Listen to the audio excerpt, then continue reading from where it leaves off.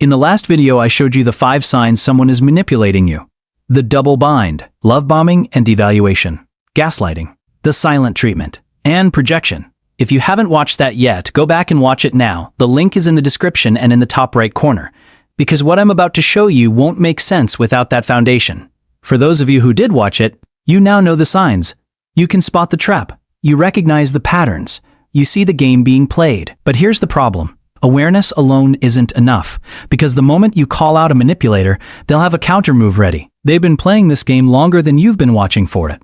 So the question isn't just, can you see manipulation? The real question is, can you stop it? In this video, I'm giving you the exact phrases, word for word, that shut down manipulation instantly. These aren't comebacks. These aren't arguments. These are boundaries that manipulators can't cross. Let's get into it. Defense number 1. Against the double bind, break the frame. Remember the double bind, where they give you 2 options that both serve them? Can you help me move Saturday or Sunday? Here's what most people do. They pick one. They think they're being helpful, but you've already lost. You're playing their game. So here's the counter. Break the frame entirely. Instead of choosing between their options, you say, I'll let you know if I'm available. That's it. No explanation. No justification. Notice what just happened. You didn't say yes or no. You took back control of the decision. They can't guilt you because you didn't refuse, but you also didn't commit. You've created a third option, your option, that they didn't offer. Here's another one. That doesn't work for me. Simple, direct. No room for negotiation. The key is this. You're not arguing with their choices. You're refusing to accept that those are the only choices. When someone tries to trap you in a false binary, step outside the binary. Manipulators hate this because their entire strategy depends on you staying inside the frame they built. Defense number 2. Against love bombing, name the pattern.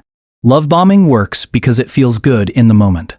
But you know what kills it instantly? Calling it out. When someone is overwhelming you with affection, especially early in a relationship, you say, this feels intense. I need us to slow down. Watch what happens. A healthy person will respect that. They'll understand. They'll adjust. A manipulator? They'll react defensively. They'll say you're overthinking. They'll accuse you of not appreciating them. That reaction tells you everything. But here's the more advanced move. When they pull back and start the devaluation phase, most people panic. They chase. They try to get the warmth back. Instead, you say, I've noticed your behavior toward me has changed. What's going on? This does 2 things. First, it forces them to explain themselves. They can't pretend nothing's happening. Second, it shows you're not going to tolerate inconsistency. And if they gaslight you about it, if they say nothing's changed when everything clearly has, you respond with, I disagree, and I'm not interested in continuing this if you can't be honest about it. Then, and this is critical, you mean it. You don't threaten boundaries you won't enforce. That just trains them that your boundaries are negotiable.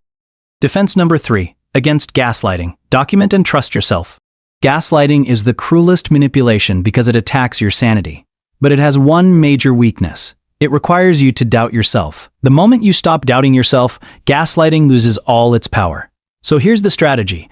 Documentation. Screenshot the text, write down what was said. Keep a record. Not because you're going to show it to them. You're not. You're keeping it for you. So when they say, I never said that, you can look at your notes and think, yes, you did. I'm not crazy. But let's talk about the verbal counter. When someone gaslights you, they're banking on you getting emotional and defensive. So you do the opposite. You stay calm and you say, I remember it differently, and I trust my memory. That's the whole sentence. You're not arguing. You're not debating. You're simply stating, my reality is valid. If they push, and they will, you repeat, I'm not going to argue about what happened. I know what I experienced. Then you stop engaging. Because here's the secret. Gaslighters need your participation. They need you to keep arguing so they can keep distorting. When you refuse to play, the game ends. One more phrase for the advanced students.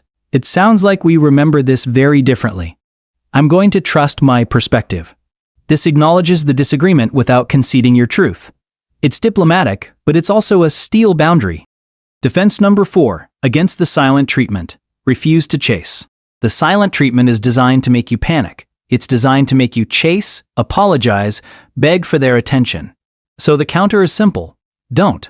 When someone gives you the silent treatment, you do nothing. You go about your life. You don't text. You don't call. You don't ask what's wrong. Because here's what they're not telling you.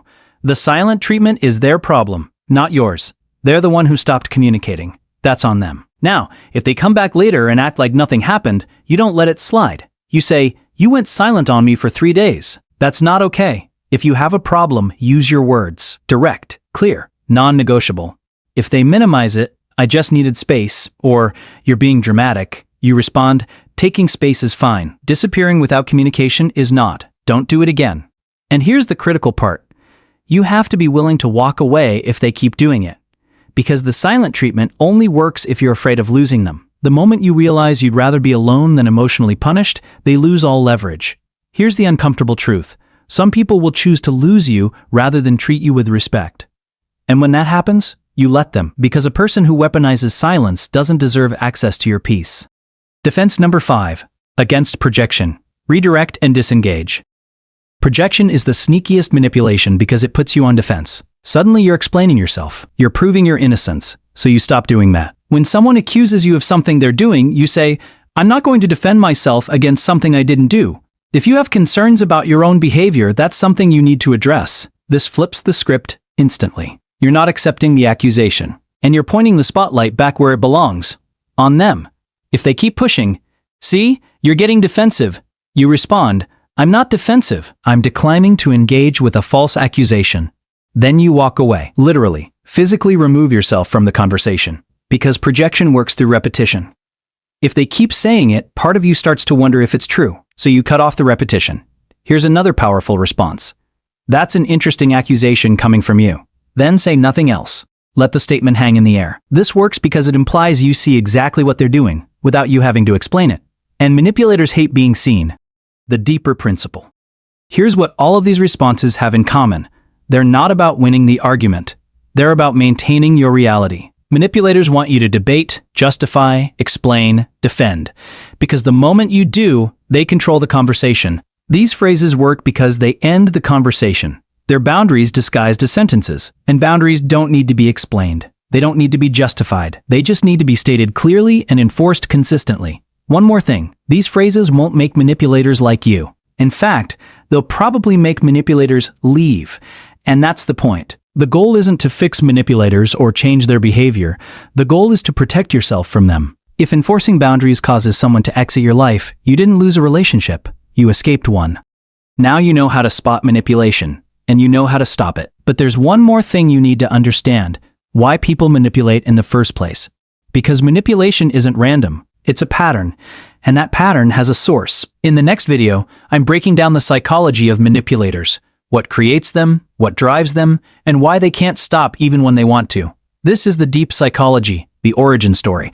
And once you understand it, you'll never be caught off guard again. Subscribe to Mind Underworld and hit the notification bell so you don't miss it, because the more you understand about dark psychology, the less power it has over you. I'll see you in the next one.